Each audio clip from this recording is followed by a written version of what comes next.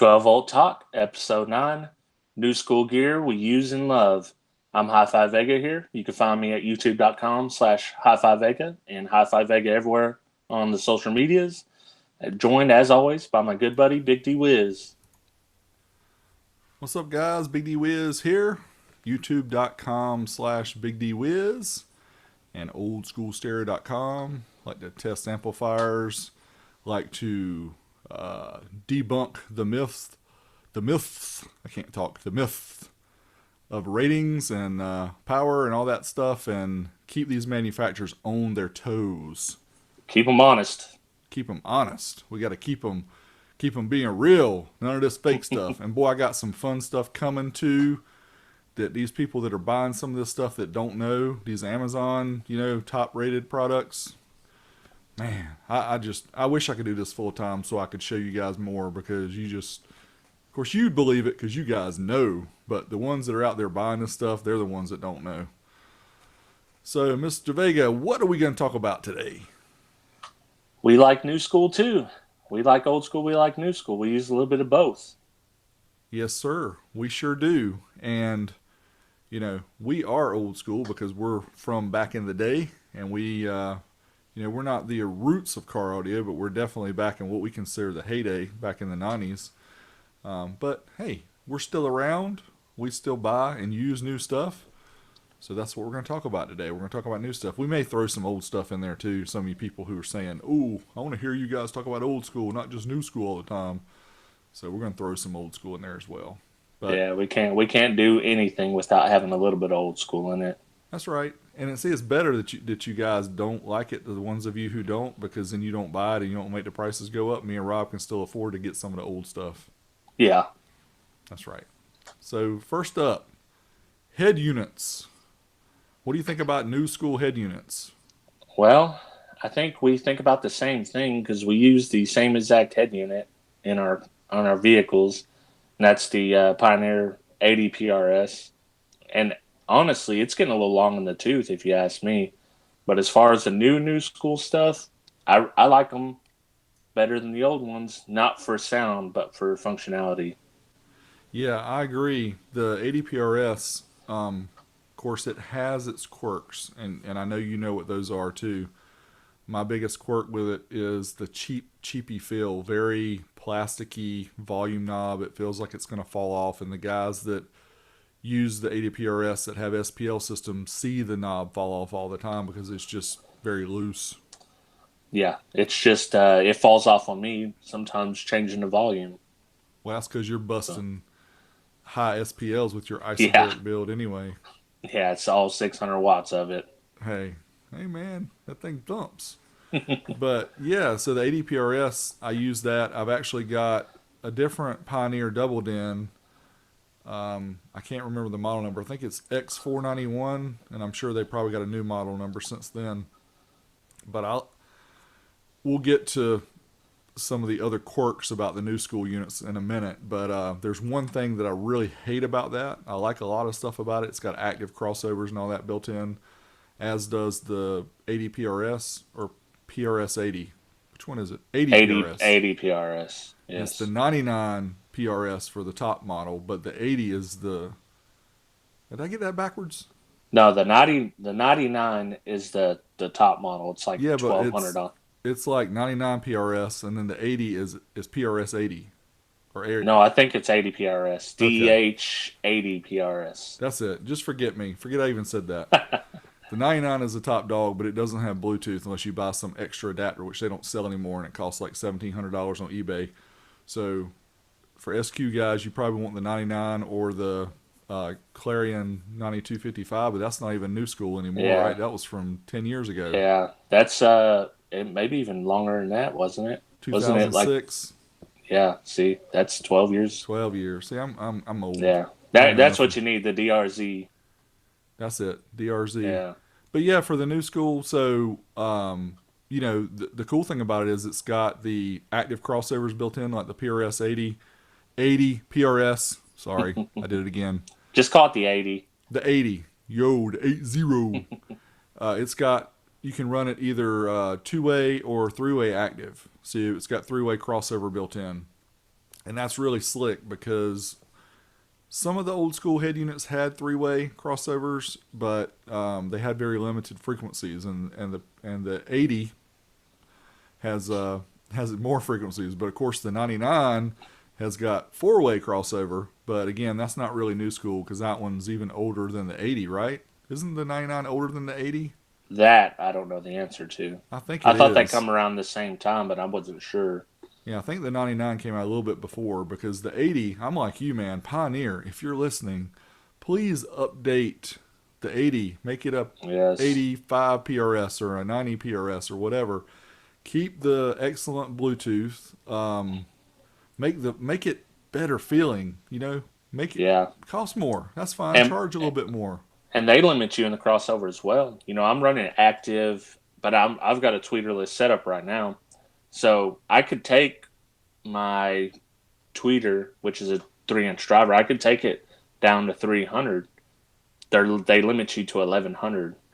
So it kind of gets you stuck there on that. And you're not going to run a three-way system if you want to sub. So that's important to remember. That's one of the best features about the 99 is you can run a three-way component or active with a sub. Right. So in essence, a four-way, I guess, when you consider Right. that. But three-way components, I know what you mean, like a 6.5, a 4 or 3, and then a tweeter. Yep. So, yeah, that's what's really cool about a lot of the new school units is they have that. And obviously the 80 has also got the DSP and the microphone for tuning, and it's got a Yep. lot of EQs per channel and stuff like that too. Yes, it's got 13 bands for right and left, and then it also has the time alignment, and like you said, it has the automatic microphone DSP where it sets it up for you. Does it have Def Leppard and Duran Duran as two of those bands of 13? I hope not. Come on, man. Don't be hating on Def Leppard. You can hate on Duran Duran, but not Def Leppard. That's my gig. Still listen to it. Don't be hating. So, one of my big quirks with the new units, and this goes back in the day too, is rotary versus push button. What do you prefer? Rotary all the way. Push button is terrible on anything. It's just terrible. It's terrible on your phones. It's terrible on anything. I agree. There's something about a volume knob and a tuner or tuning knob if you need a tuner. But for me, having that ability to adjust things like this quickly is so much Yeah. better than having to push and hold down and do all that stuff. But man, especially the double dens and Pioneer, you make Yeah. excellent double dens, but you don't put knobs on them. And that's some of the, especially like if you're ever into the higher end home audio, they got nice clutches on the rotary. It's just a nice feel. And honestly, I've got an old Pioneer on my test cart now, and the knob on it feels so much better than the 80 and many of the new ones out. So the feel of it to me is almost just as important as having the rotary at all. Yeah, I agree. I like it too. I mean, yeah. I don't know if they're ever going to change that. Obviously, aesthetics and there's other reasons. I'm sure it's a lot more complicated because even the ones that are rotary now are digital. So you're turning it, but you're essentially just doing the same thing Yeah. as pushing buttons. It's not analog like they used to be. But I still prefer the rotary as well. Would we still use old school, or we only use new school as far as head units go? As far as head units, no, I wouldn't use an old school head unit. The main reason being, if I competed for sound quality, I would consider it. I would use a 92, 55 or something like that. But I mean, I've said it 200 times. I would have the convenience for my everyday driver over the fidelity of something higher quality, just for the Bluetooth, the USB, the auxiliary port. You've got so many options there. You can skip, on your phone by pushing a button. So it's just so much easier.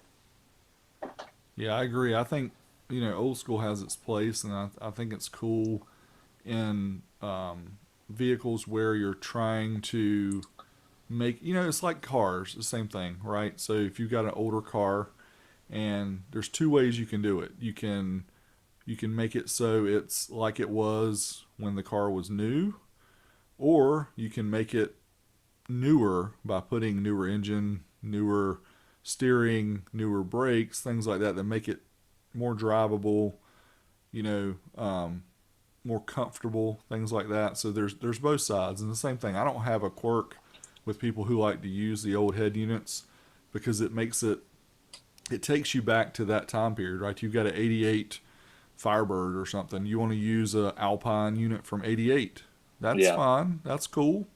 But I'm like you, if you're driving every day and you got this whole big old stack of CDs, and I know there's going to be people that comment because they still do that, and I've had people comment and tell me that they can, sound so much better listening to a CD over Bluetooth and all that. If that's your gig, you go for it.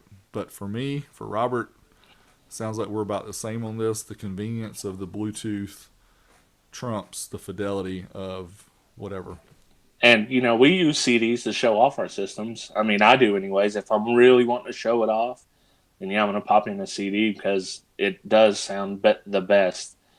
But like our good buddy JDR says, he's got $1,000 of audio equipment in his cars to listen to podcasts, Yeah. and that's what I do. I would say almost 50% of the time.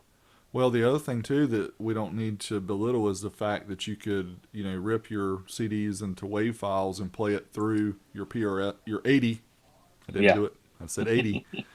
Play it through the USB port, either on a thumb drive or a small hard drive that can power it, and you get the same, fidelity as a CD because it's the WAV file. It's the same thing that the CD plays. Yeah. So that's possible too. Now, what about some of the other features? Now, I know that we talked about this a little bit before, and you haven't used like the Apple CarPlay, the Android Auto, some of the other advanced features. What do you think about those? Are they?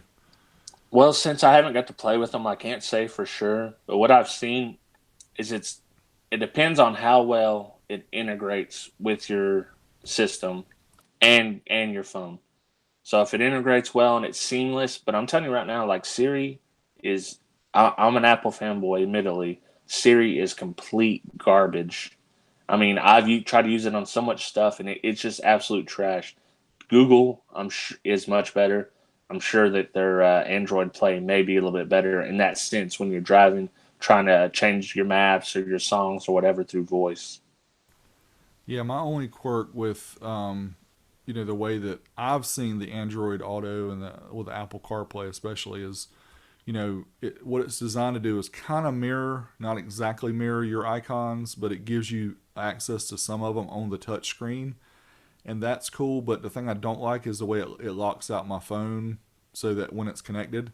And I know it may be different with some of the wireless new CarPlays that are out now, and some of the CarPlay may not work the way I've seen them work, but I like to use the Waze app for GPS on my phone. I don't want it on my head unit. I want it on my phone because I want to be able to do other things on my head unit. So even though the phone may be plugged in, it may be charged, it may be connected via Bluetooth, but I can switch my sources and I can listen to whatever I want to. If I don't want to listen, have the phone doing 5 different things, then I can have the head unit doing certain things. So that's the one thing to me is it locks out some of the features or some of the functionality from what I've seen. And I'm sure And you I didn't guys will even correct me if I'm wrong I below in didn't the realize comments. it done that either. But like the 80, if you hook it up through the Pandora app, which I don't use Pandora much, but it does the same thing. You're no longer using your phone. You're just using the 80 to control everything. So if it's like that, I'm not down with that. Yeah, that's my experience. So that's why I'm not. It's almost like the high end double dens used to have GPS built in, and they would be super expensive, but those were also the ones that had the best DACs built in, the highest voltage output, stuff like that from the RCAs. So you kind of had to get the higher end, but the manufacturers are understanding now that it's worthless for them to put those GPS built into the head unit and then put the antennas on the top and all that because it's just super expensive to give you something that you're way behind, the maps of using Google Maps or Apple Maps or Waze or whatever you want to use. Yeah, now they're going with the high res ready or high res capable. That's the next 3D video or whatever.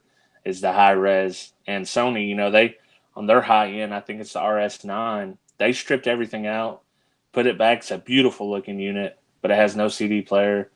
I'm not sure how the DAC is, and it's basically like nothing, and you're left to control it through your phone. So to me, that's just a no go. Yeah, and that's funny you mentioned CD because that was actually the first bullet point that I kind of skipped over for some reason. Um, do you still use CDs? Only use them to show off, like we said before. But actually, every now and again, if I really want to jam out, I'll throw a CD in there because I can just crank it up on a CD. It's going to be clean sound, and I don't have to worry about that little bit of Bluetooth distortion that I can notice at higher volumes in my system, anyways. So it's funny. I drive a 2008 Honda Accord daily driver, and I had to buy this funky. I've talked about it before. This funky dash kit. I think it was a Metra dash kit because the 2008 Accords had the head unit that was kind of built in all the way across, and it had the vents for the AC and everything built into that one panel. So when I put this new panel in and I put the single DIN 80 Pioneer, um, the when the face has to flip down on the Pioneer in order to put a CD in, well, the face flips down, but it doesn't flip down far enough. I have to manually kind of push it down so that I can fit a CD in there. I cannot remember the last time I put a CD in there. It has been years. So it done the same thing on the Mazda. I ended up having to shim it to get my unit out just a little bit past it so it would open up Yep. easily. Yeah, that's a design flaw. I'm sure Pioneer's working on that. Right? Pioneer, you're going to make it better, make it more durable. Yeah. They're That working or on it. Metra. Metra needs to work on them dang dash kits.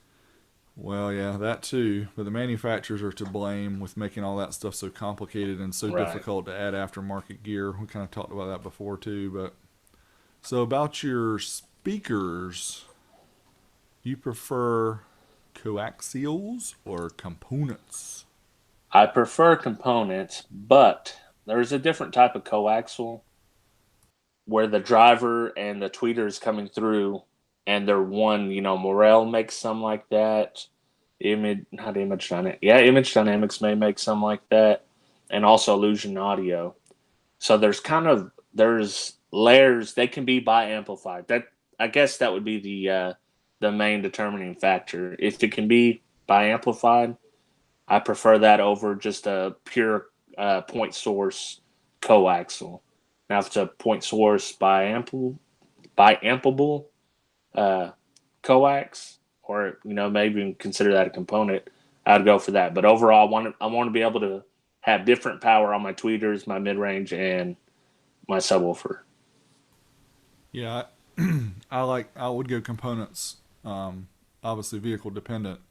And I guess what my overall goals were, if it was somebody I was helping out to just upgrade a system and they didn't want to, mount the tweeter separately or didn't want to go a component system, I think, going coaxial is fine for a lot of people. But I agree with you. I kind of like the separate. I like to be able to put my tweeter in a place where I think it sounds better to me. Again, sound quality is subjective, so what sounds good to me might not sound good to you, kind of thing, but that's what it's all about. I mean, whatever works best for you, I think it's a good idea to try both if you can. But overall, you've got a lot more flexibility with components. And like you said, some of them actually have the ability to kind of mount the tweeter into the mid range or the woofers, like pole piece kind of. They used to do that. I'm sure they probably offer something like that now, or at least you could mount it like with a bracket to put it kind of concentrally. And some of them you can at least adjust the angle, even if it's a pole piece coming through the driver. You can kind of angle the tweets where you need them to be a little bit better. Those are nicer than just stock coaxial. Yeah, yeah. You definitely want to be able to angle the tweet to angle it up in most cases because it's shooting down at your feet or at your legs, and you gotta you want to be able to hear the higher end. Obviously, the best thing to do would be able to mount your coaxials or your speakers anyway, so they're kind of firing in a direction that's more closely knitted to your ears than your knees or your feet or your legs Right. or your elbows. So you talked about this a little bit before, but active versus passive, how you feel about that? I always want to go active, but depending on the crossover network you're using, passive can be, totally fine as long as you're doing your speaker placement the way you want it. You got some control when you're going passive. You go 3.6, or some of them even go 12 dp or dB, one way or the other. But I like to have a gain on a set of speakers. So I want, if on my tweeters, I want to be able to control the gain on that. On my mids, I want to be able to control the gains on that, and sub as well. Yeah, those horn tweeters that you like to use and horn mid ranges that fire outside your car, those really need to be powered separately. By big Brazilian amps that may or may not burn your vehicle down. I hope everybody senses the sarcasm in our voices. We do have them, but I'm kind of the same way. I prefer active when possible.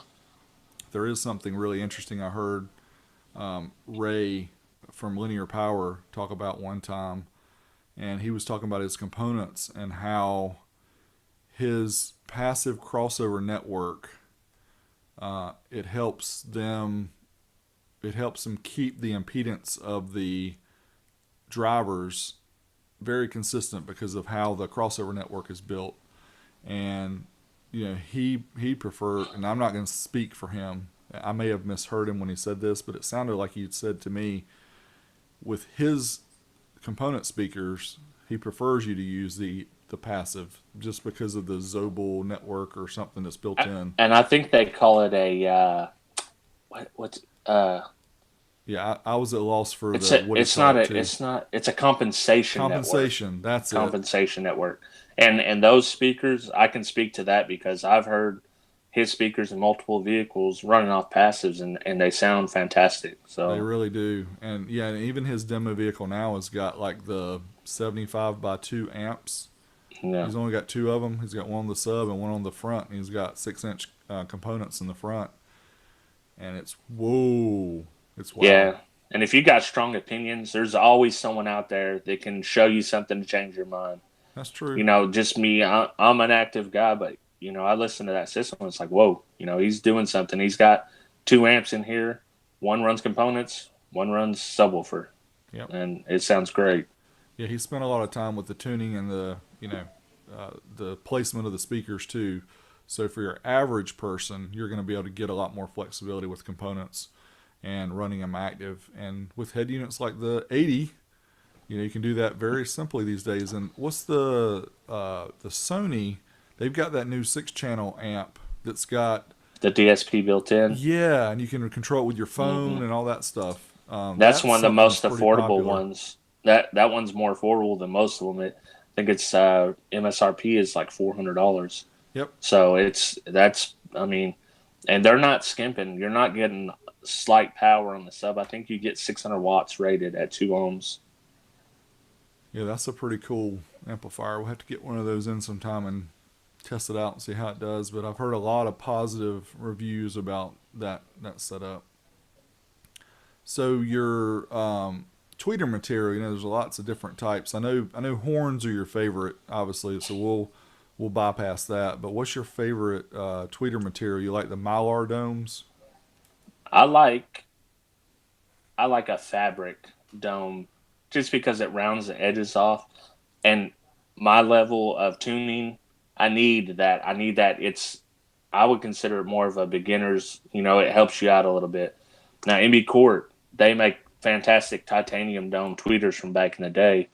And those can be excellent, but if you don't know what you're doing with them, they can also be terrible. And when I did use them, I almost exclusively used them off the crossovers, even if I was by amping them, just because it gave me that little bit of edge I needed to make them sound smooth.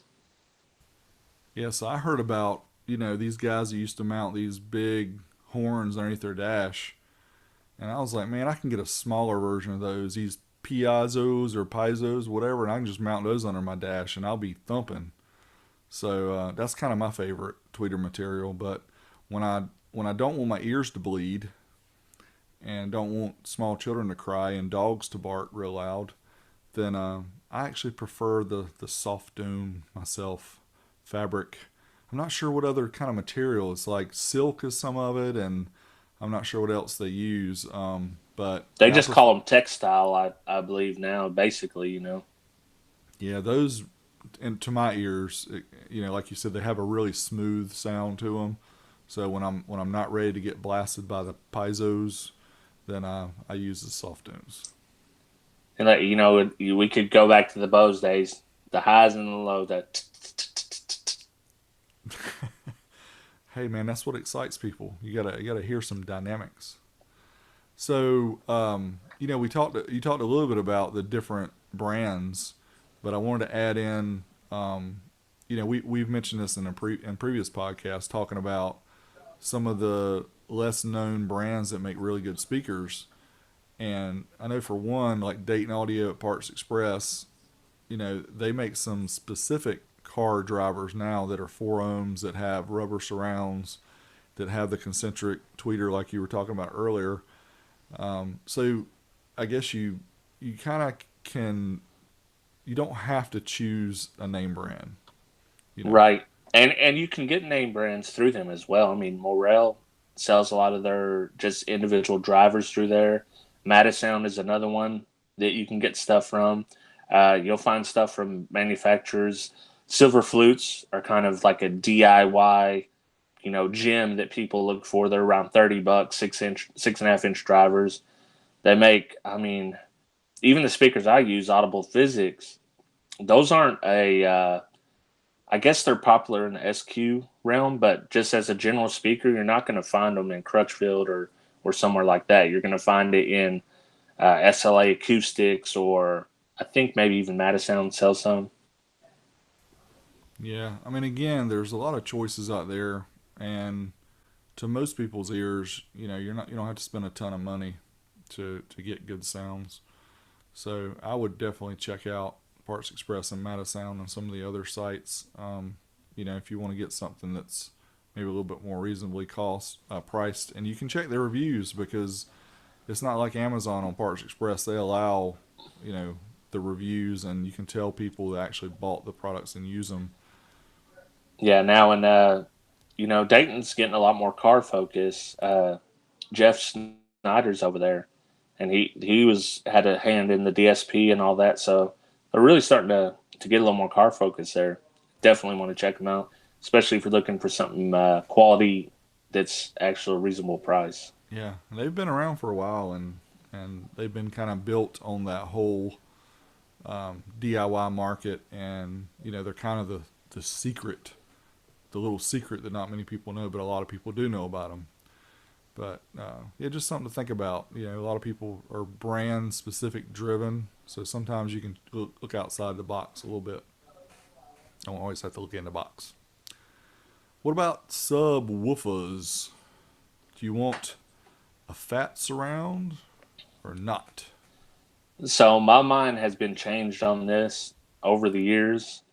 Before I wouldn't even consider a fat surround subwoofer, because to me I just assumed, or I'd heard early models that they didn't have the kick and the, well, they had the kick, but they just didn't have the quickness that I wanted out of a driver. But I've heard a lot of new subs with fat surrounds that do it just as well as other subs. Currently, I really like accordion surrounds. Some of my favorite drivers of all time are the original XPLs that come with the accordion surrounds, and I'm still using them today in the Savard speakers that I'm using. Yeah, I think it's like a lot of the other things we've already talked about tonight. Is you can get really good speakers, really good subs that have fat surrounds that do SQ and SPL. It doesn't have to be one or the other, kind of like it used to be. So that's one benefit of the newer speakers. Get a fat 8-inch sub that'll fit in a quarter cubic foot box, and shake your rear mirror when you need it to, and other times just give you deep bass. So Yeah, pretty but impressive. you're gonna need about like 2,000 watts for that 8 inch probably. That's true, but power is cheap. Yeah, Copper is still not, but and batteries. But yeah, you get the yeah, power cheap, but then you add everything else up. It's like, man, maybe the old school stuff wasn't so bad and yeah. efficient. What about the shallow mount stuff or the small box stuff? Have you ever used a shallow mount sub, and what do you think about it? I've used shallow mount subs, and they're okay, but it's definitely a compromise. Uh, the only ones that I could say that I wouldn't consider a compromise over a normal subwoofer would be the JL Audio TWs. But that being said, if you compare that to the similar price JL Audio subwoofer, I still think you do have a compromise. As far as small sub box go, I mean, Solo Bear kind of pioneered that back in the day, so you can do that. But for me, I would like to have something in the medium range. I try to stay away from those subs unless I have a space requirement I'm trying to fill. Yeah, the shallow mounts, the TW5s I've heard before, and it was, man, that 13 TW5, it impressed the heck out of me. But of course, if you're gonna buy a subwoofer that's that expensive, that TW5 is like $500, $600, something like that. Pretty expensive. So you can get a crazy sub, regular sub for that price. But again, if you need a specific, you need a thin sub, and you want to go big, and you don't have a lot of airspace, then Yeah, and a lot of people are using those in trucks, behind the seats or under the seats or whatever. yeah, yeah. The small box stuff to me is still cool, but I mean, you're right. You're definitely, there's always give and take. You have to Yeah, provide more power. You don't get as deep a bass when the small enclosure. But the option to go that way, I think, is still cool. Just in case you need it, you want to mount them under the seat of your vehicle. You get the shallow mount Pioneers are pretty popular. If you read the reviews on those, a lot of people really like them. They're not going to shake your mirror or make your doors fall off, but a lot of people don't need that in car audio. A lot of people right. do, but a lot of people just want something that sounds better and that kicks them a little bit, and makes them feel the bass. So And even some of the bigger manufacturers make, well, I would say bigger, but boutique like Sundown. They make a shallow mount. They call it's more like 3 to 4 inches deep versus the 5 to 6 inches they normally are. yep, yep, they do it, and several others do as well. Again, the lesser known brands we've already talked about. Dayton Audio with at Parts Express, they make some fantastic subwoofers that price compared to some others. Yeah. Wow. And I know a Um, lot of people give those some grief because they have the smaller voice coils, but it's not always about the voice coil. Now, if you're going to throw a ton of power at, yeah, it's about the voice coil. But sometimes efficiency can be just as devastating as far as the sub goes as raw power itself. yeah, the I've actually got an Ultimax 8-inch that I just got in. Haven't had a chance to play with it yet, but I want to because they had them on sale. That's a Dayton sub, and pretty beefy for an 8-inch. But in addition to Dayton, Savard is an old school subwoofer slash speaker company that is just, I guess they started a few years ago with their comeback. They've been, what has it been, about 3 years or so now? Yeah, I believe so. It's been Something like, about 3 years, and they're coming back. I think their tagline is what old school but still ahead of the curve. yeah, So they're doing some cool speakers, and to be honest with you, that 12 I love the Pro Series so much that I didn't include it in the 12-inch shootout just because I'm so familiar with that driver and I have a deep appreciation for it. It's not I cannot keep my bias out as far as that goes. So it was just out of that, and it would be a nightmare to take it out of that isobaric enclosure. yeah. That's a fantastic sounding box, and it's a great looking box too. But that setup sounds great.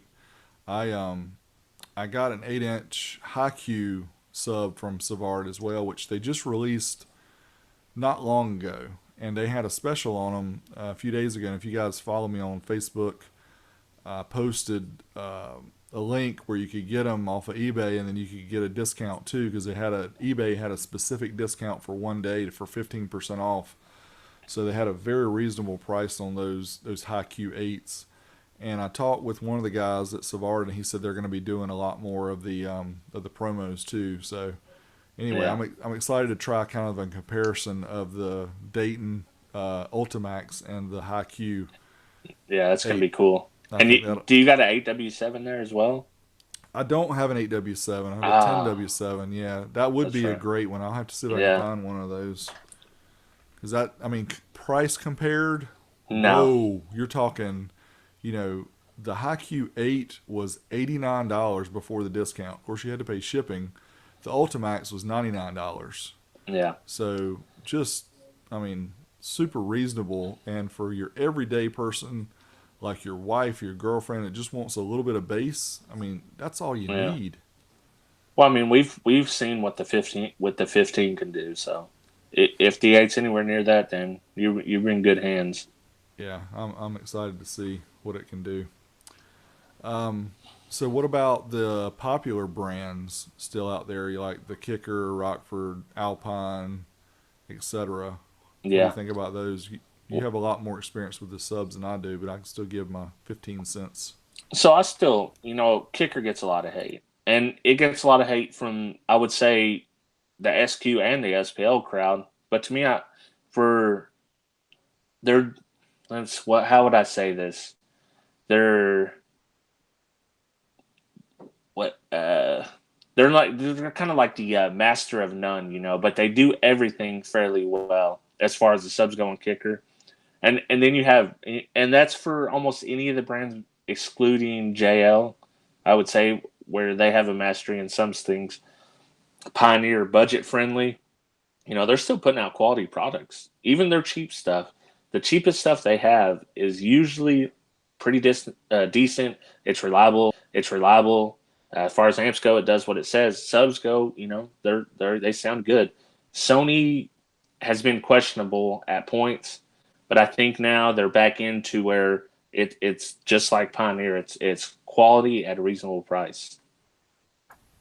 Yeah, one of the brands you didn't mention, Rockford. So they've got the Power Series they have now. They've got the shallow mounts, and they also have those. What are they? The T3. They got like a 19-inch sub and a 16-inch, and they do weird sizes. But those I haven't heard them, but those look like very beefy subs. Well, and I can't believe I didn't say Rockford because I just had one in the shootout. And it was the P3, so it's just below the T series. But I mean, that was a fantastic sub, and it got a great review from me, and it actually shocked me on how good it sounded. So You know one thing that Rockford could do to make their subs sound better? what? Put a cool logo on the dust cap, like an old school Rockford logo on the dust cap. They'd sell it. I, They'd sell a bunch. I kind of got that black hole look going now, where it's just a little comes to a point. Yep. So they could Yeah. also stop putting those giant rubber boots on them. Yeah. Yeah. That's true. They could. My thing about it is, obviously they took a hit, and Kicker. If you guys haven't listened to Five Stars discussion with the owner of Kicker, Steve, help me out. My mind. I'm thinking of Steve I can't. I Irwin. can't. I can't. Is it start with a B? Start with a B I is can't. I feel so bad that Bando I or forgot. I can't remember His either. first name was Steve. Yeah. So when they talked to him, excuse me, I forgot where I was going with this. Oh, my mind Going is in the blown. distance. You Yeah. blanked out like I did on the intro the other day. Just completely blanked out. Oh man. But anyway, the discussion they had was very interesting, and there was a lot of talk about. Oh, I know what I was talking about. So about the old equipment, and bringing it back, and Kicker. They talked about the 25th anniversary solo barrack subs didn't sell well. He Yeah. said, well, because the people who were in car audio 25 years ago are not still interested in a lot of cases. And that's probably, I mean, we're probably, the, we're not in the popular group of people who are in car audio now. We're Yeah. the smaller group, the old school guys. So I understand Rockford had the same problem with their 25 to life. 25 to life. They had a hard time selling them. So my whole thing is you can keep the new stuff, just put the old logos on them. I think that would sell them, right? You know what the problem is? Like when you go see Journey, do you want to hear their new stuff or do you want to hear the hits when you go see them in concert? That's I mean, true. that's kind of what the problem ends up being. Yeah, that's true. You're stuck in a certain way and you can't get out. That's nostalgia for you. Yep. Yeah, so my favorite topic, amplifiers. Oops. Amps. So these days you can get 10,000 watts this size. Well, you can't see it in the screen here so you get a lot of power in a small not enclosure but a small form factor. That's kind of cool, right? Yeah, yeah, that's cool. I mean, it comes with its own problems as far as how you're going to power this from a 90 amp alternator, but yeah, I mean, it's cool. If you need power, you got it. It's there, and you can get it for, yeah, a tenth of what it costs, maybe even less than that in the old days. Yeah, and convenience trumps fidelity. You say that? Right. But it's not very convenient to put a 350 amp alternator and a bank of caps and 3 batteries and No, I was talking about having all your power in something so small you can hide under your seat. oh That was yeah, the convenience factor I was talking about. But like the 5 channel amps back in the day were big, and you yeah, had to have a large space in your trunk to mount them. Now you can get a 5 channel amp that mounts under your seat. yeah. And that's where you really start seeing the benefits of something like that is when they're so small that you can just put it literally anywhere. And I think some of those Brazilian amps, people are putting it in the door panels. They're hiding it behind there like they would a passive crossover. Man, that's scary. Well, Yeah, at least that way, if a fire starts, you can just open your door and it yeah. would just go out. Instead of being inside your car. Well, there's a reason all these new SPL guys have fire extinguishers in their vehicle, not just for show. That's right. Gotta have it just in case. Well, it's because a lot of them are hashtag no fuses either, right? Oh no, please don't. Please don't do that. It's like I'm gonna wire up my house and I'm not gonna put any circuit breakers because I'm cool. Yeah. Use fuses, people. Use them, please. So and this kind of goes back to the head units as well. So your daily driver versus like a show off system. Would you consider, using a Class AB amp in one versus another, or is Class D good enough? So for me, when it comes to my small speakers outside of subwoofers, I'm always going to look to Class A and B. And, like I've mentioned before in earlier episodes, that could all just be in my head. But, it just plays a big factor. If it's Class A, B, I'm looking at it first. Now, I can be driven over to the dark side if I hear something crazy good that that I haven't heard before. But Class D on subwoofers all day. I mean, it's smart to use Class D. And Class AB, I would say, is getting much more efficient these days compared to what it used to be. Yeah, you don't really see very few Class ABs now. It's very rare to find a new amplifier that's Class AB because a lot of the SPL guys or the SPL manufacturers or companies. I didn't say manufacturer, did I? SPL companies used to use like the 125.4s or whatever they called them, and they were huge. They were the same size as a 3,000 watt Class D, but they were 125 by 4 Class AB. Well, now you see them, they're half the size. It's because they've moved to Class D because it's not a sound quality thing. We're just trying to get loud. We're trying to make those horn tweeters scream and PA mids, PA you just mids. need power. I mean, at that point, they're just trying to keep up with the subwoofers. So That's right. they have 6 drivers in their door, and whatever it may be. Just like some of you watch EXO, like his system is, he's got a lot of power going to his front stage just to keep up with what he's doing with subs. Yeah, I think the biggest thing to take home from this is there's no right answer, right? Because Uh, it's very personal. It's just like sound quality is subjective. If you only have room to mount an amplifier under your seat, then get a Class D that mounts under your seat. If you only have space in a door panel, then get you a Brazilian amp and slap it in the door, like Robert said. That's always a great idea. Um, but if you've got room and you've got golden ears, then get your Class ABs and put them in the trunk. I like both. So I'm my ears can hear certain things, but I'm not real capable of discerning the difference between the two from the demos I've done. Now I haven't done a lot of A/B testing like some people have that say they can really tell the difference in them, and I appreciate that they can and they do that.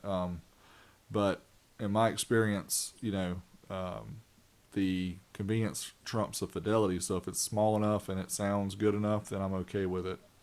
a lot of times it sounds like we may be bashing the SPL guys, but I started off in SPL. That's what got me into car audio in the first place, and I like seeing everybody's SPL system. I like listening to it with my earplugs in, but I just like experiencing it. I just don't want it in my everyday. Now, I would certainly consider building something separate just to compete because it's fun.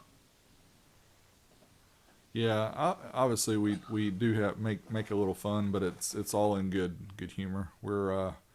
We enjoy both types. It's just I don't want to damage one of my cars. That's the main reason that I'm not big into it myself. I think it's cool. I think it's crazy. I think people that do that, that's awesome. If that's your gig, then that's cool. But it's just not my cup of tea. But that doesn't mean you don't have to like it, or you don't have to like what I say about it, because it's up to you. So we're gonna skip a little bit, unless you have anything else to say about the amps.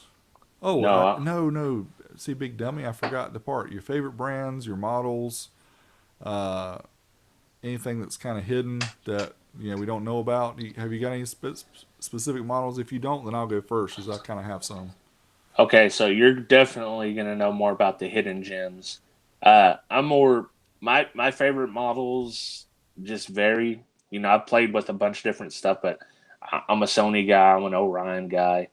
Uh, so I like those, and those are kind of mainstream brands. I'm using a Moscone amp that I got from a buddy, and I really enjoy that amp. I've used some CT sounds. I've used a little bit of everything. So as far as popular brands, that's the experience I have in them. Hidden gems, I don't have much outside of maybe if you consider Lunar, but you're not going to be able to buy those today new. So that'd be used, and good luck finding them for a reasonable price. Yeah, so I have a lot of amps that come across my test bench that I try out, and I try to test all of them to the extent that I can with subwoofers or whatever, with mid-range and high speakers when possible.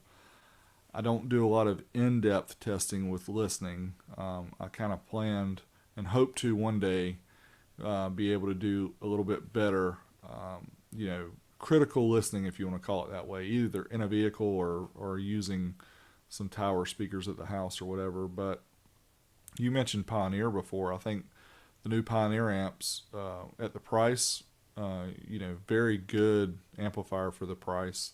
The Kenwoods too. I'm really impressed with the Kenwood amps, especially the little small motorcycle marine, whatever it's called, the little 4-channel amp. That one still blows me away about how powerful it was, and it sounded great too. Yeah, they have some cool amps. I used to prefer a Kenwood head unit back in the day. I was kind of a Clarion Kenwood guy, and I didn't get into Sony till later. But the current stuff, I just really don't like the software. So that's what got me out of them as far as head units. But amplifiers, yeah, they make some nice stuff. The Excel Online, still nice, and it's cheap for what you're getting. Exactly. So, for the other stuff, you guys have probably seen, I've tested a lot of the bigger amps too, and you know, a lot of the brands that are really made at build houses, and so there's not a whole lot of difference in the Koreans. They're usually either S&I built or Xenon built. There are some exceptions. There are some Chinese versions of those as well that are a little bit cheaper. Orion is one you already mentioned for the old school amps. The new Orions, they have their own factory. They build their own stuff. They do use the full bridge technology on some of their monoblock amps, but you know you have to listen to each of them to see it. To me, they sound great, but some people have a problem with the full bridge. And again, full bridge doesn't mean Brazilian, so you have to be careful of that because there is a difference. Because the Brazilian amps, they run well. I Again, think Tife disagrees with you. well, actually, he was No. right in that case, and I was wrong, Yeah. so I was corrected. But Whoa. Big D's being robbed. Oh no. A very cute little grill's trying to rob you right now. I think you're okay.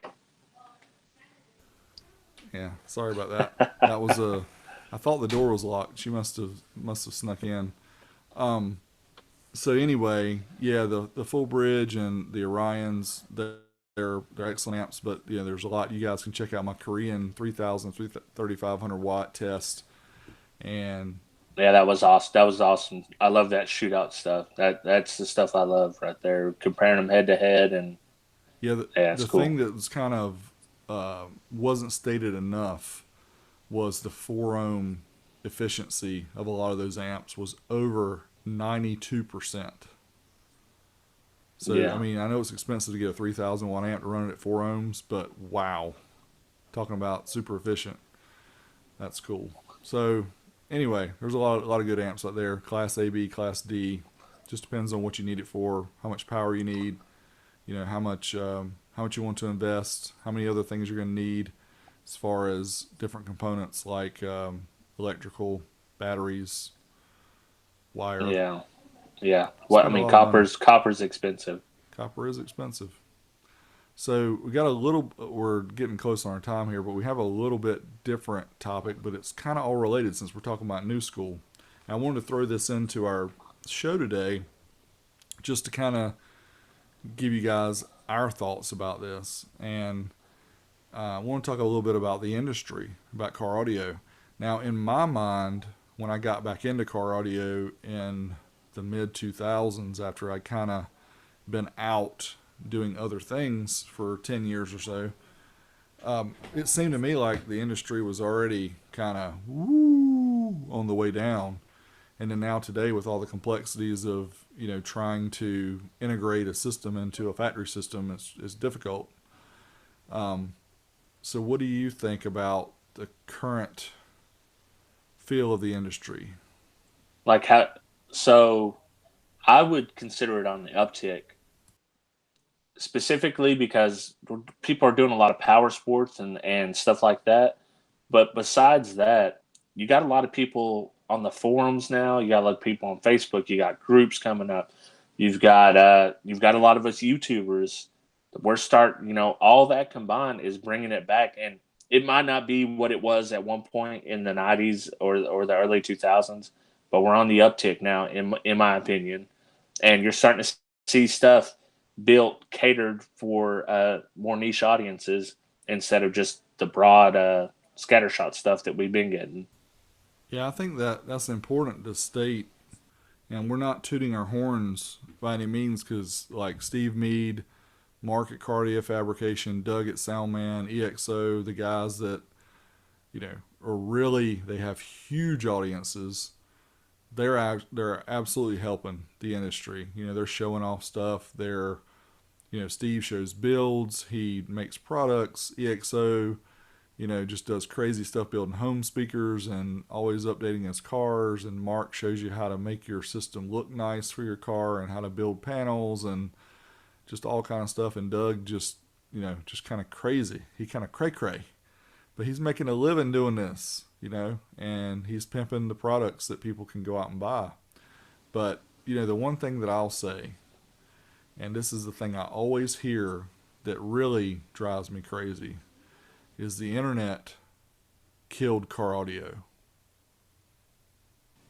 I think it would people's perception that internet killed the car audio. It killed the car audio shop maybe, but hey, I mean, when cars come out, we're still not going to ride in wagons. The internet to me is so much easier because guess what? You can research. You go to Big D's channel. He's going to show you which 3K amp you should buy, which one does the power.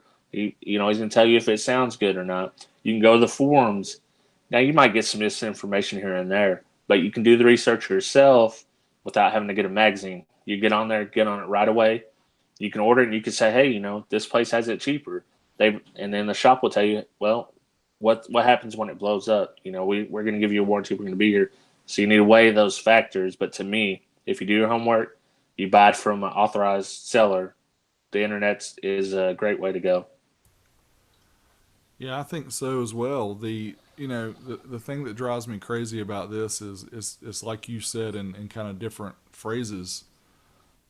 The internet's not going anywhere, friends. If you don't learn how to adapt to it, then you're not going to make it. So the thing about the shops going away now, I hate that too. But I think the shops, the ones that are still surviving and thriving, are the ones that can differentiate themselves and the ones that take care of their customers. They have excellent install methods and great customer service, things like that, where you can go online all day and buy stuff on Amazon or eBay or whatever, but that's not going to put it in your car for you. So if you don't have the skills to do that, and a local shop is good at that, then that's just something you can't get anywhere else. So my whole beef, with a lot of the shops that are complaining that they can't make it because of the internet. Well, my thing is, you don't need to try to compete price wise with the internet.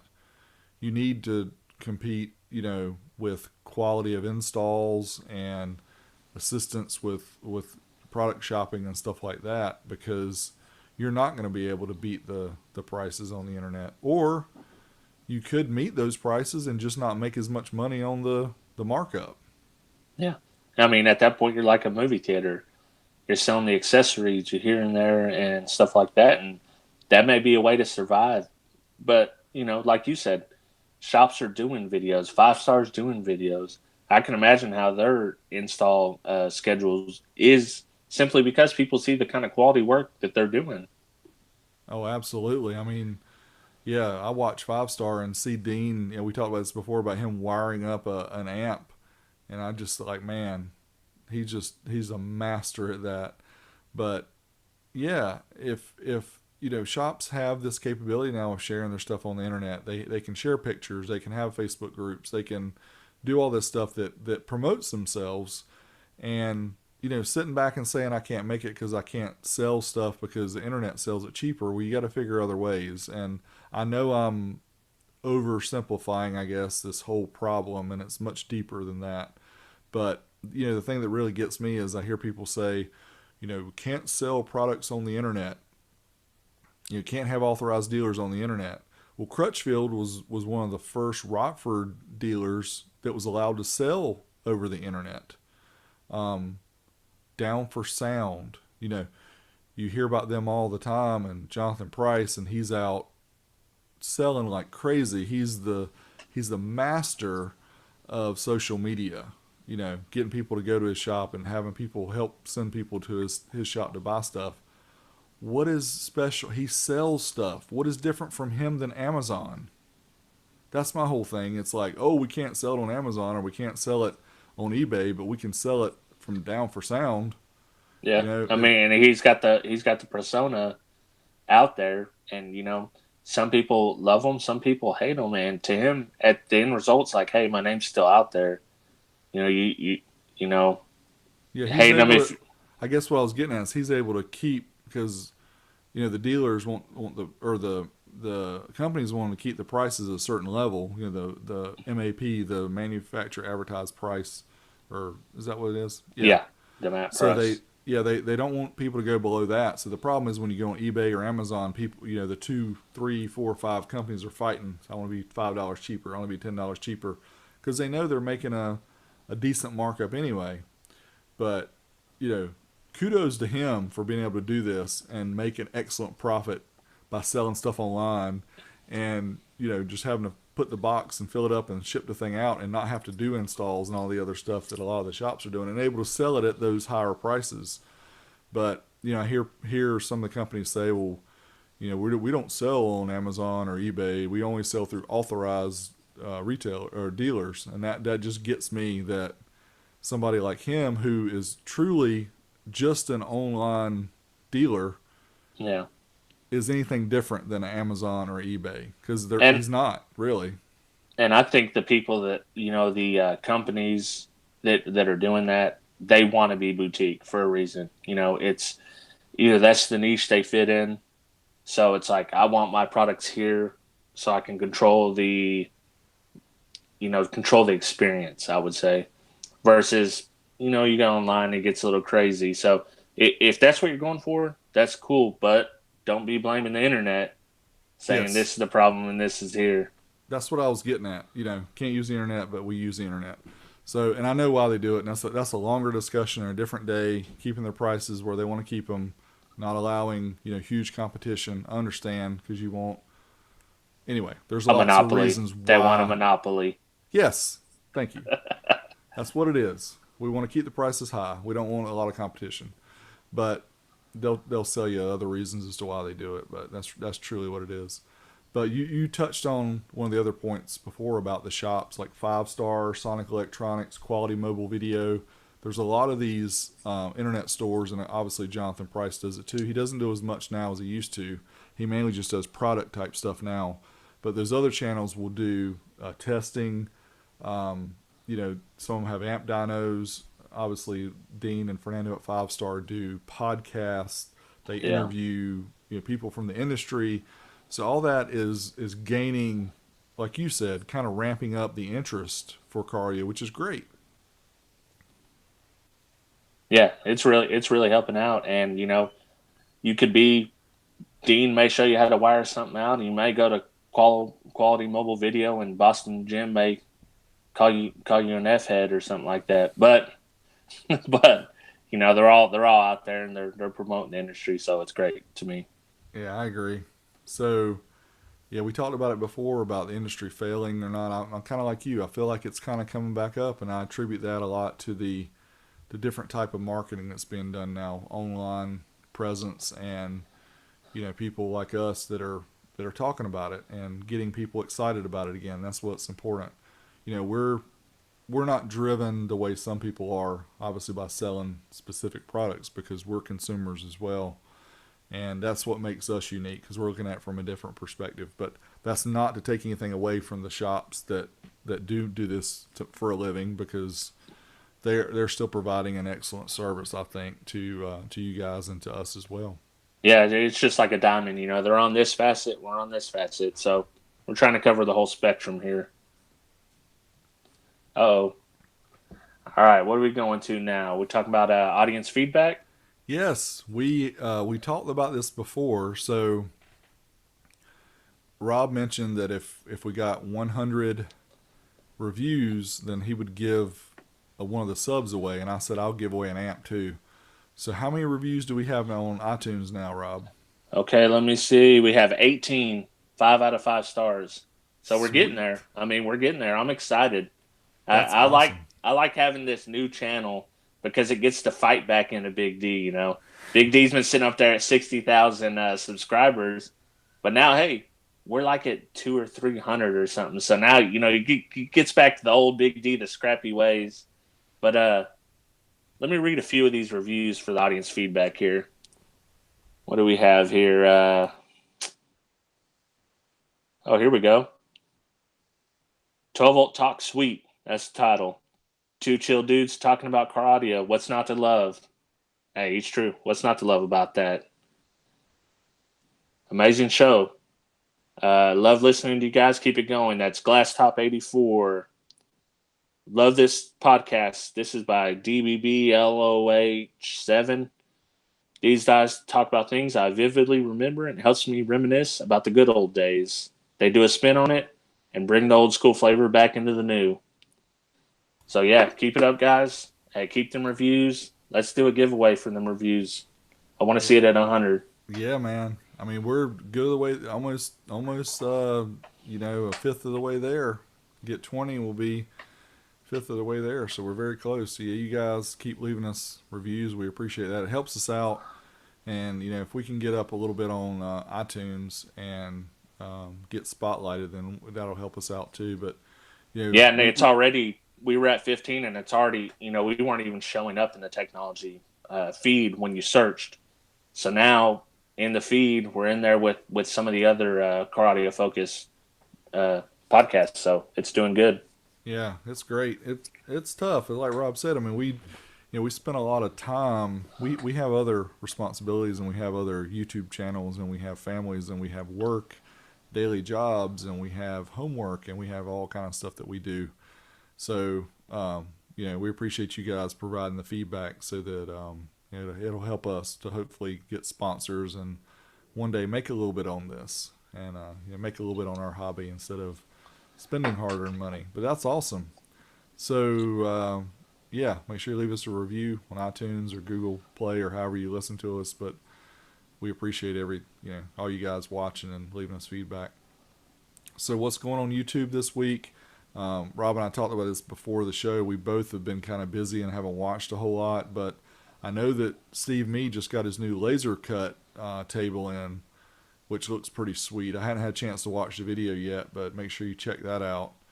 Oh yeah, he makes a lot of cool products. So I can't imagine what he's gonna come up with, with it using that. So that'd be cool.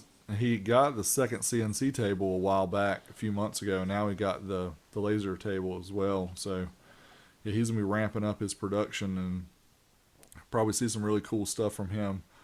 And his power supply. Did you see that 10,000 watt power supply? That is absolutely insane. I bet that thing is terribly loud. It's got to be. What kind of fans has that thing got on it? Yeah, it's loud, and using that 3-phase power. That was some beefy cable that they had to use to hook that up. And I've got a 125 amp coaxial power supply that I use, and that thing sounds like a freaking jet taking off. Yeah. So I can't even imagine. Yeah, it's gonna be loud because that custom one that I have is pretty loud too, and that's only a 250 amp. The one he has, I think, is 600 amps. So wow. Yeah, it's pretty beefy, but that'll be cool. I can't wait to see him do some dyno tests of some of those big amps with that, and see if the voltage really stays at what he sets it at. Because it's supposed to. It's supposed to be a my mind is going blank again. Constant. So and I'll tell you with that co-cell regulated. Sorry. Yeah, regulated. If I set that at 14.3, I mean, I haven't tested no giant amps, but if you're getting them to 800 watt range or even, I mean, it's not dropping a single point. It's staying steady. So. Yeah, the custom one that I got, it would drop. It would drop and it would make all kind of weird sounds. I was afraid that thing was going to blow up because it was made by somebody and I didn't have the schematics in case it went bad. I've still got that anyway, but it's loud too. It sounds like a bandsaw when you turn it on. So I can imagine Steve's is loud. Trying to think of what else was going on. I know 5 Star had more kicker guys on this week too. Talked to them. I didn't get to see that. Mark, let's see. The last one he did was the panel with the was that the beauty panel? Actually, he done the magnets, but then also for mounting beauty panels. But he also done mounting your amplifier to the sub box. So he was showing you different methods of how you can do that properly, even though he doesn't recommend it. Yeah, there's a lot of good stuff. So we'll try to be a little bit better prepared next week. But like I said, we've both been busy with other things. But we'll leave some links in the video comments or the video descriptions. You guys can check out some of the stuff that we missed that we'll hopefully talk about next week. So what about picks of the week? You want me to go first? Yeah, you go ahead and go first. All right. So minor 49er here. This is really cool. So this is they call it a headlamp, and you can attach it to your head like this, and then it's got a switch button here, See that? You can be like a minor 49er. I'm trying to shine it right into the camera. But this is perfect for working on your car or working on your car stereo. You can use this, attach it around your head and tie it down and all that, and you can see everything. The neat thing about this is it's got the battery pack built in and you charge via USB, but it lasts forever. And having both hands available and not having to shine a flashlight or whatever, it's so convenient. And I want to share the screen real quick, and I thought I had it saved. While you Oh, look, I've got that same exact headlamp that you have right there, and I've charged it exactly one time, and I've just been using it ever since. It's been months now, and it hadn't dropped any. Still working just like it was. yeah, that is so weird. Oh, there it is. Okay, let me share the screen. I'll put it in the video description as well, but I'll just show you what it looks like. It's very reasonably priced too. It's $23.99 right now with the $2 off, so it's only $22 free shipping. But and they actually added some stuff to it since I got mine. They added this plastic piece on the inside to keep it a little bit better formed around your head. But Oh, that's cool. yeah, and it's got the little zoomable. It's got the charger. It comes with a car charger. Comes with a regular USB. Very very slick for 20 bucks or so. It's hard to beat that. I think that should be in everybody's toolkit. Yep, that's useful. I mean, I got one just for the same reason you said, so you can have both hands, Yep, and everywhere you look, it goes with you. So that's right. I used it tonight, in fact, to find USB ports on the back of my computer. So I was yeah. trying to plug everything in, and so I get around the back and had that on, and it just worked great. So what you got? All right, so mine's a little more personal, close to my heart here. So one of my very good friends, his name's Brandon Gann. Over this past weekend, I was just at his wedding Saturday, and they were leaving on their honeymoon for the Bahamas out of Oklahoma City. And this guy, he's just a really good guy. And what had happened is someone had fell in to the Oklahoma City Bricktown Canal there, and the guy ended up getting electrocuted as he was falling in, pulled a light pole. Unfortunately, my buddy didn't know that, but he seen a guy need help. He jumped in, he got electrocuted, he sank to the bottom. So, you know, he was in there for quite a while. And, at first we didn't even know if he's going to have brain activity or anything like that, but he's starting to come back. He's got his brain activity. So, we've got a little GoFundMe that we'll link to in the coming up or in the description. But yeah, if you guys want to go check that out, or maybe I'll leave a link to the picture. So if you want to share it, do all that type of stuff, I'll put it on my Hi-Fi Vega YouTube. But yeah, this guy's just a really good guy.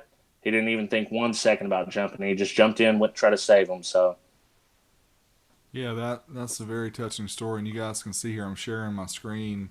There's a picture of him, and that's we'll his link. son. Yeah, and the son. We'll link the Yeah. GoFundMe below. You probably can't see it on my screen because it's too small, but yeah, that's somebody going, like you said, didn't even think about it, just going above and beyond. Or to him, I'm sure it was just normal instinct to try to help somebody.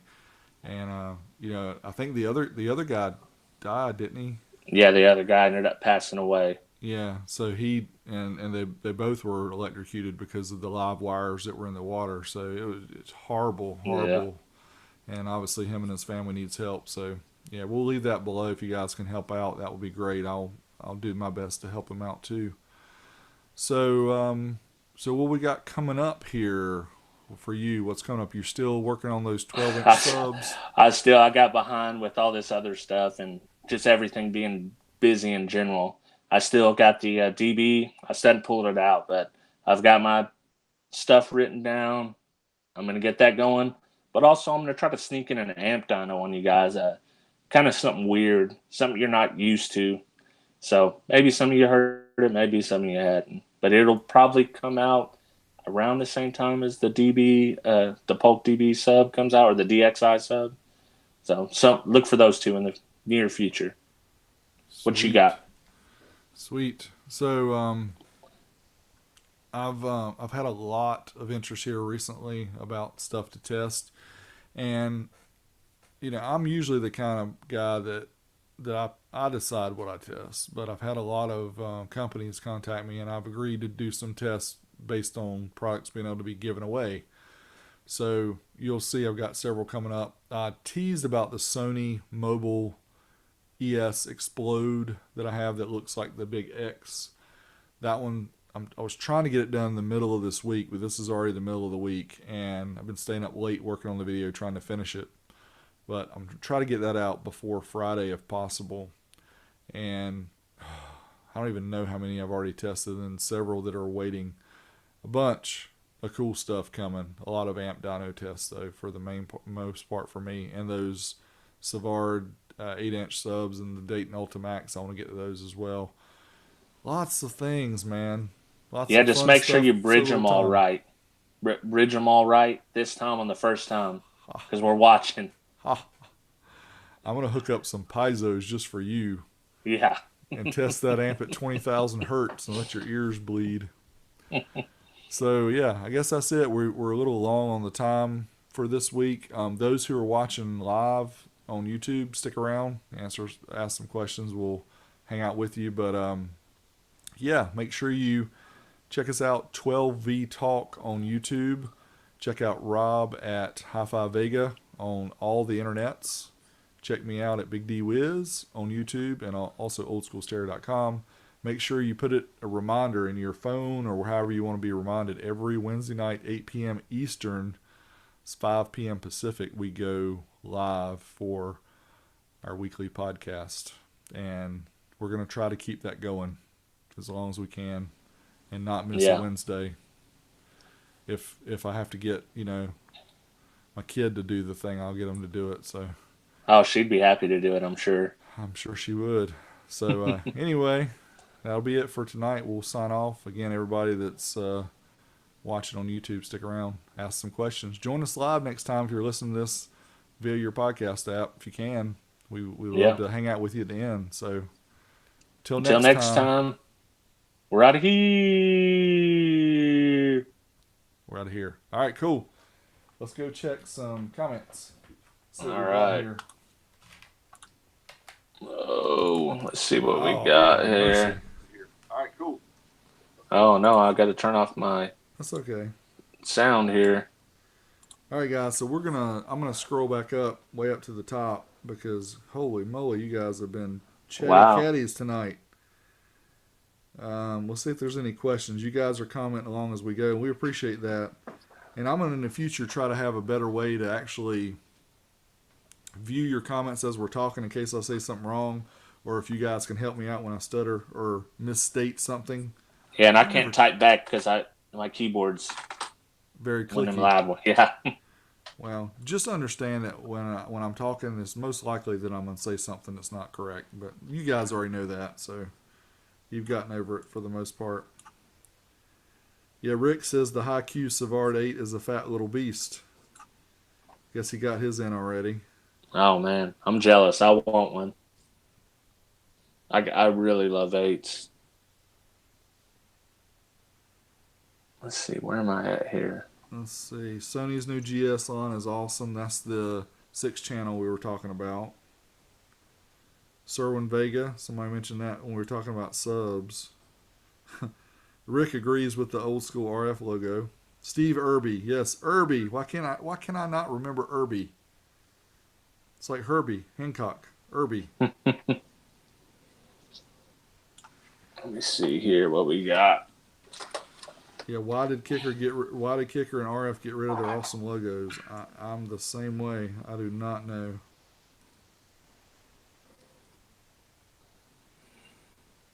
Silk Dome for the win. Yeah. Yep. Silky smooth. Oh, the Kicker D20 tweets Oh or man. Mylar. Those were killer tweets, though. Yeah, they were. See, I was Were those? joking Was about that the Mylar. resolution series? I don't think the D20 was a resolution series. Those were R series. Okay. The D20s were the earlier ones.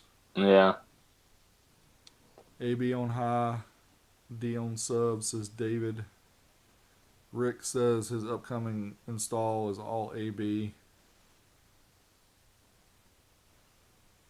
New Sundown subs all subs. the way.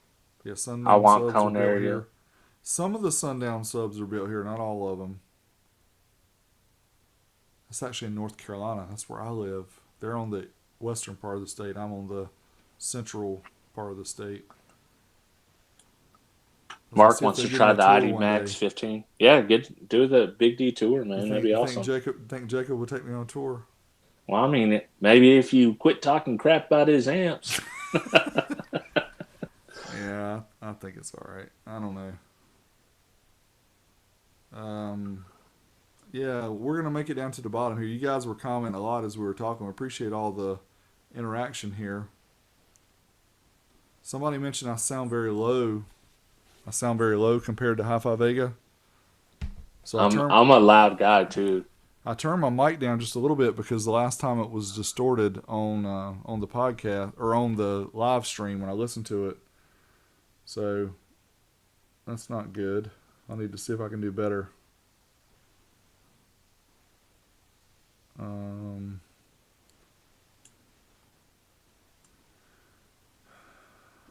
Good Lord.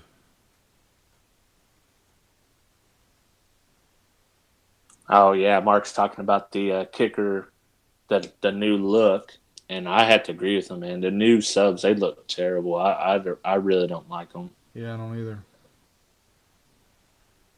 Yeah, people were talking about why don't people like the Life of Price, or yeah, I I don't have any beef with him. I mean, he's doing it right. He's doing it right. He's making good money, Yeah, um, selling this stuff at retail price through a I think website. I think it's because people are, he does giveaways where if you share it on Facebook, and people are just going crazy with it, and Yeah.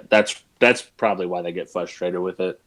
Well, he's uh, he's using social media the way it needs to be used. So nothing wrong with that. Yeah.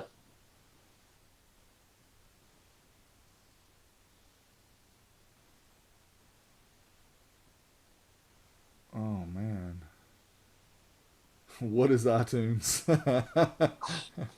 Love the show. I hate iTunes. So we don't. We need to rephrase that. We don't use iTunes. It's literally on. If you have an Apple iPhone, you have iTunes on there. So if you want to listen to a podcast, you go to the podcast app, which is actually iTunes. So that's what we're I know talking about. we need to say that because I think they changed all that where it is officially Apple Podcast now. Okay, yeah, definitely. Not don't say iTunes. We're big dummies, and we're probably going to be big dummies for a lot longer than this.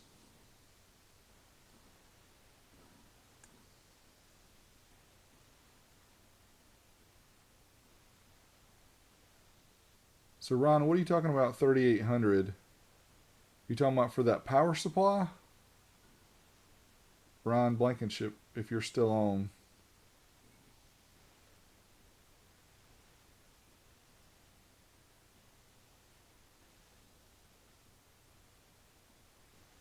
Yeah, man, there's so many comments on here. I'm not seeing any questions though, just a lot of comments. Yeah, We'll I'm make it. glad, man, because we hadn't been getting as many. Now, Yep, now yep, we're getting yep. quite a few. Yeah, there's a lot of interaction as we're going, which is really cool. Come to Yeah, finals. EXO is okay. I checked with him. He's not too far from me. He's about 30 minutes or so east of me. And I checked with him too about the flood. I think he was having to move or something though too. And I wish I had the opportunity to help him, but yeah, I don't have the chance to help right now. But turn Vega down like an EQ, lol. He's known for charging for demos. I don't know about that. I've heard mixed reviews about EXO, or not EXO, but Price charging. I think he was like selling some of his stickers, and people took that as he was charging for demos. I don't know. I can't say definitively because I've never had a demo with him, so I'm not going to say. Now, charging for autographs. Um, Anybody who buys anything from Down for Sound, you don't have to pay. You just won't get a signature. If you want a signature, you pay. And he's a public figure, right? People want his signature. And if he's going to take time out of his day to sign these things, what's the problem with charging for it? Everybody's time is worth something.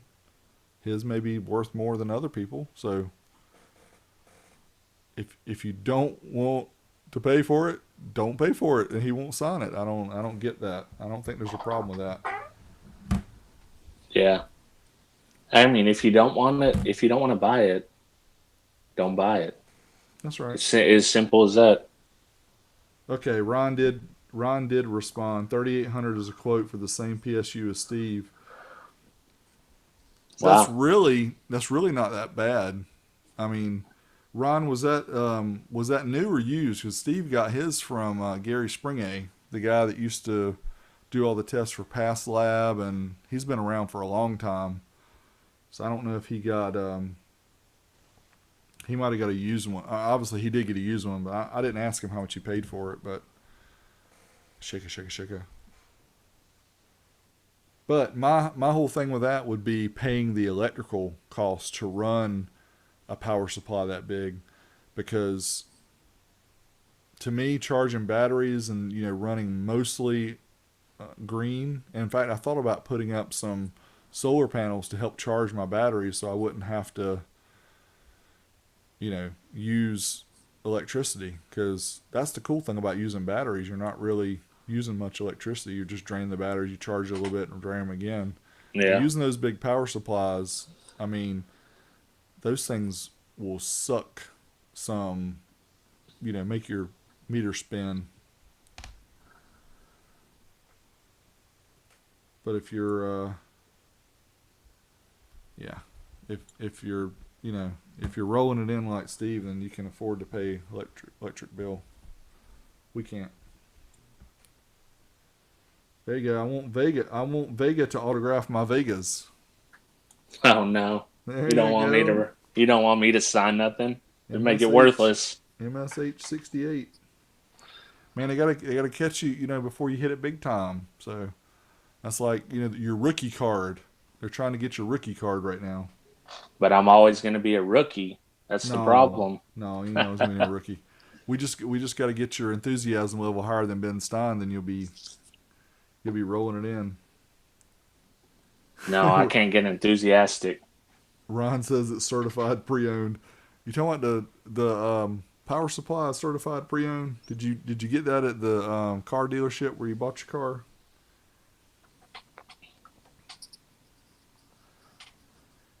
Yeah, 625 amps. I mean, I agree. I don't think that's going to be able to test stuff as big as Steve thinks he can test, honestly. Because you guys see our clamps, and we do some tests like that. Orion took, it consumed over 1,000 amps. Yeah. So it'll be interesting to see, because I think if he puts that DC Audio 9K, the ones that he has in his Civic, if he puts those on his dyno, I don't think it's going to have enough power to run those things to their potential.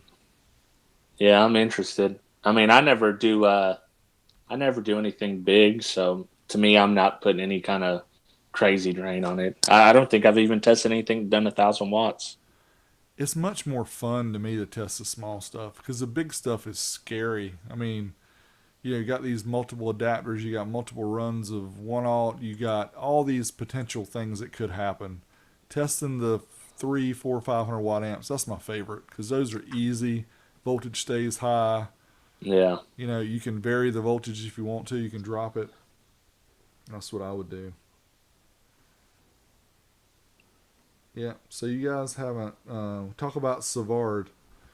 So we're trying to save a lot of the talk about Savard for a future show, because we're hopefully going to get either Will or Bill or both. Will and or Bill, something like that. So we're talking to him, and he's definitely interested. So that'd be cool. I mean, they're doing a lot of cool stuff. So it'd be nice to hear a little bit of the history and a little bit about how they're doing it nowadays. Yeah, absolutely. And we, Rob and I have had a list of 10 or 12 show ideas that we wanted to talk about, and we're kind of getting through those pretty quickly here, and I personally think it's really interesting to have the guest on, the guys that or girls that do something special in the industry, and people like Jim Fosgate. I would love to be able to have Jim Fosgate on because he's getting up in his years, and he's got so many cool stories. I'm sure that we could hear that would just be stuff that would just be golden. To be able to Yeah. hear him. I mean, too bad we didn't do this before Carolyn Hall Young passed away. To Yeah. hear her and hear her stories and all that.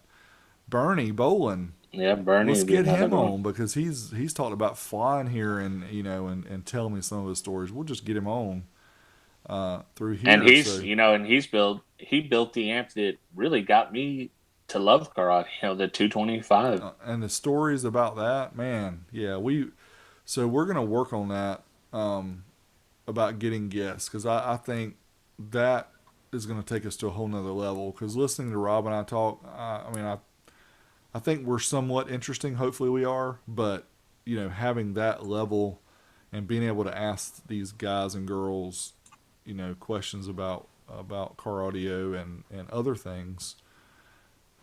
And Yeah. it's important to me not just for us to be able to talk to them, but it's important to me to get it recorded. I think it's very important for the history of car audio. Yeah. Exactly.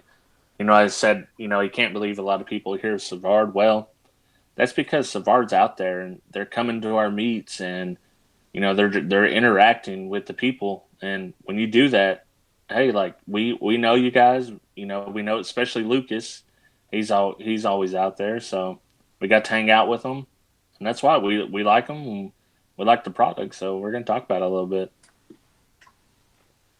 Yep, absolutely. Let's see what we got. What are your here. thoughts about current MTX? So MTX, as far as amplifiers go, they are still super strict in their ratings that they are underrating all of their stuff by at least 10 or 15%. That says a lot to me because you'll see a 500 watt MTX amp that costs $120 or $150, whereas a 500 watt brand X is going to be $75. So it costs a little bit more, but you're guaranteed you're going to get what you get. I'm not versed in a whole lot of their speaker and other products from recent, but Yeah, and I never was huge into MTX. I've run the 8000 series subs. I've had extant amps, which, my tech and all that was affiliated the same way. I think maybe as the same time as the DI buyout come on is when some of these got acquired. But yeah, I've used the 7000, the black on black series. I've used 8000 subs. So everything I've used from them is old school.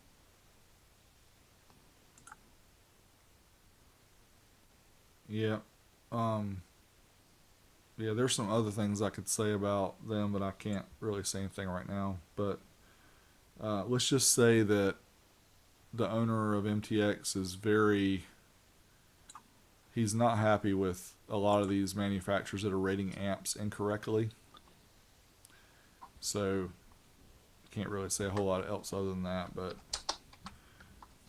to me, if I was a Rockford or a Kicker or any brand that rates amplifiers honestly, I would be upset too with all these other companies that are just blatantly misleading and lying to the consumers. That's why me and Ryan and Robert and Steve and everybody else who test amps are showing this stuff because we want people to know what the deal is. Yeah, they're talking about Blue Thunders and Terminators Terminators. are speaking your language now, huh? Oh yeah.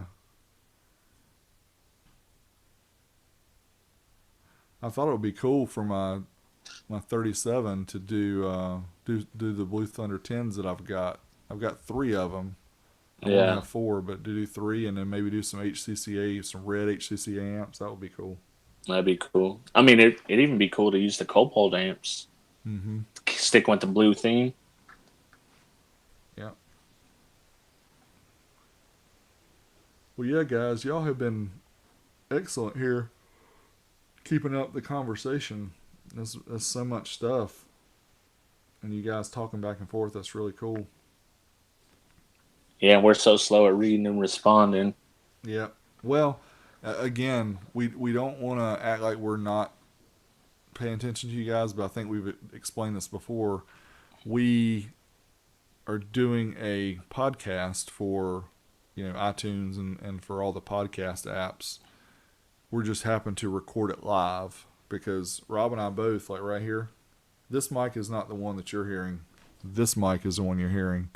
So we're recording everything locally so that we can send a better quality audio file to the podcast, and then you guys are just seeing everything live. So what we want to do is keep everything pretty tight. We got a strict outline that we follow, and then we want to be able to spend some time to interact with you guys afterwards. But please don't think that we're ignoring you along the way, because that's not the intention. It's just to make sure we get the first part done. Yeah, especially in the first hour. This one went a little long, but we normally keep them pretty tight, around an hour. So Yep. That first hour's for the podcast. The rest of the time's for fun.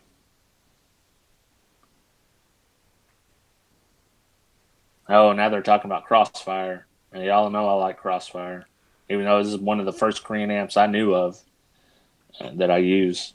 So I really love them. The CFA series, the white Crossfire amps. Yeah, I had people contact me about the new amps too, for the 3K shootout that I did. They said that they have a 3K that's like a 4K. Oh, yeah? Yeah, I didn't get one yet, but I might get one in a test. I'm kind of done with stuff that big, honestly, like you talked about earlier. Yeah. I know Ryan's in here, and he's got 12 D1400s, and maybe even more than that now, because he's buying stuff like Ryan said if he does a budget amp show, he'll be, Ryan, you need to be on here for sure. Anyways, you got a lot of knowledge as far as it comes to amp, and that's something where I'm lacking. So you and him are a lot closer on the same page with that stuff than I am. Yeah, that's a superb niche that he filled with that too, because and I think Ron and I talked about this earlier, but he was one of these guys, that was suggesting stuff that I do, and hey man, you need to do this, you need to do that, and I think he just got fed up. He said, I'm tired of waiting on D. I'm gonna get a dyno and do it myself. Yeah. And he obviously has done really well. He's already got over 10,000 subscribers. He's killing the game, man. He comes out every single week. He puts a video out. Sure does. He's been moving and all that jazz. Yep. Man, I can't even do it just because volleyball games. 2 volleyball games a week put me out putting a video. Yeah, it's tough. People don't understand. They don't understand the struggle trying to do this and everything else. Of course they do, but Ram says, looks like you guys are tired. We are. Yeah, sorry. I don't mean to be yawning. It's not that I'm bored. By any We're means. both I'm tired. just tired. I'm gonna. Yeah, look at that. So I'll show you guys. I think I've talked about it before, but I actually do all my video editing on my iPad. And I'll scroll back. Let's see if I've got a place where I got multiple layers so you can see how this thing works. So stuff like this. I don't know if you probably see a lot of reflection, but you can see how the video editing works, multiple layers, and I don't even have my voiceover in there yet, but this video editor on the iPad works really cool, and it allows me to edit wherever I need to in the bed or in the chair, but it's still time consuming to do all this stuff. So, but it is a lot easier like that. At least you can do it anywhere. I mean, you're doing it on your desk now. You can do it in bed. You can do it while you're watching TV with the kids. Yeah. No. Yeah, I mean, we were watching American Ninja Warrior last night, and I was sitting there editing. Of course, can't do the voiceovers and stuff unless I have. The funny thing is I don't know how you do your voiceovers, Rob, but I go into our closet where all our clothes are hanging. That's what I do too. It absorbs all the sound, so that's where I do my voiceovers. Yeah, that's right. Well, actually, I've been trying to transition that to the computer so I can use the blue microphone, and then I can just edit out the background noise. So we'll see if that works. If it's not too much work, because I can add them to Dropbox, put them in Yeah, Luma. It's not too bad. not too bad. I've done it with. I'm gonna go ahead and stop this recording, so I don't need this other part. But I've done it with this, talking into it, and I've got the little cover that goes over the top. I've done it that way, and it does sound better because this microphone is much better than the little earbuds mics that we use. But it wasn't a huge difference, and for me, it's a time thing. Yeah. I ended up selling my Zoom for that reason. It I know you wasn't that did. much better. Yeah, I remember you said that you sold. I think you sold it right before I bought one. Yeah. But It seemed like the blue just worked a lot better for, I guess, the ambiance of the room, I would say. Those Zoom would be better. I guess, if you're going to go, so say on the meetup, we do a little podcast. That's what that'd be good for. yeah, somebody mentions T. Turner says he can't believe you do your editing on an iPad. It's funny. It really is that it has the capability of doing every video that I've done in the past 2 years. There may have been one that I did on the PC. Everything else was done using the iPad. Unbelievably, but it's true.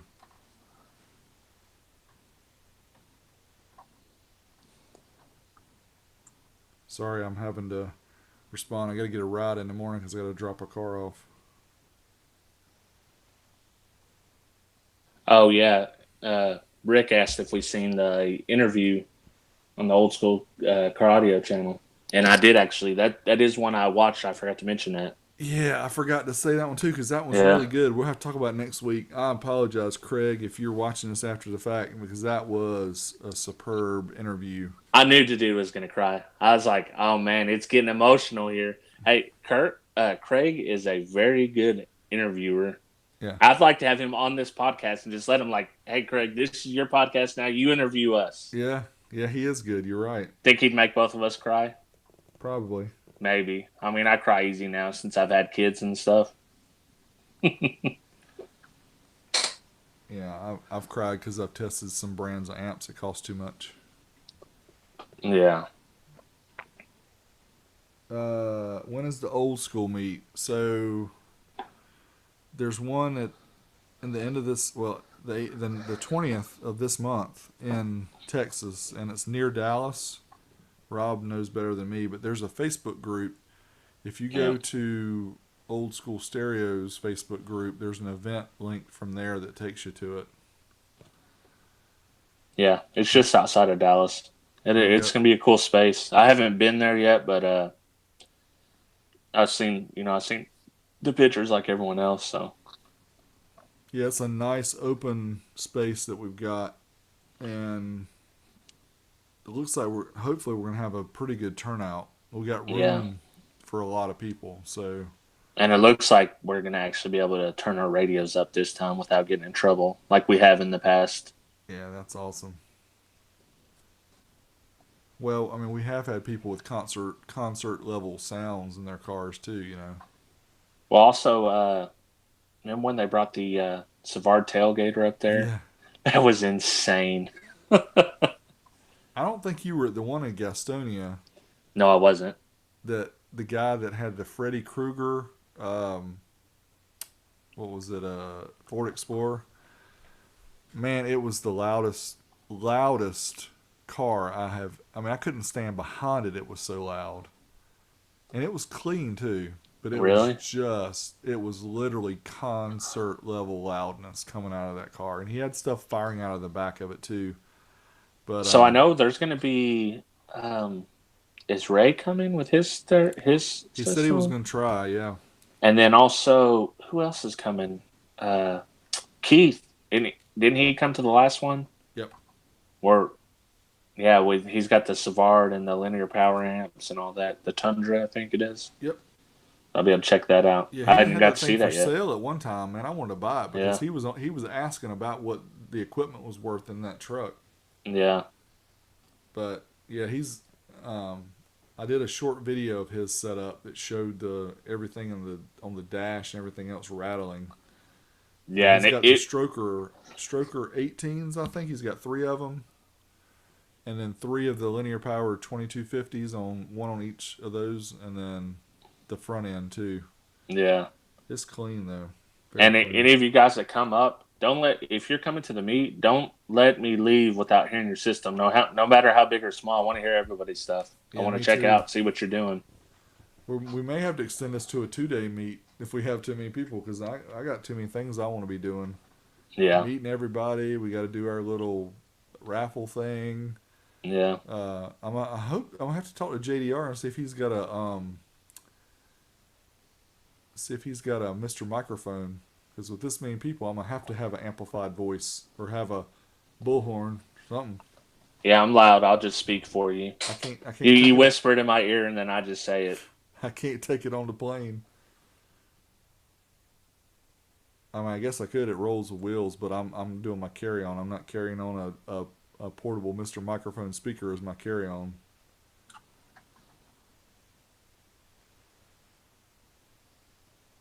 And Mark said something about finals doing massive. We did do finals one year, but that becomes it's a little. I don't know. It's kind of weird. I like them better when they're separate from finals. But it Yeah, would be cool. I mean, it like to go to finals and not be a structured meet, just hanging out at finals. yeah. It was pretty tiring when we did that before because we were trying to do too much all at once. Yeah, Yeah, we're absolutely going to do videos of the meet for sure. and hopefully we do a podcast there. Yeah, I want to grab some people and do like a round table or something, and we got all kind of ideas of what we want to do, but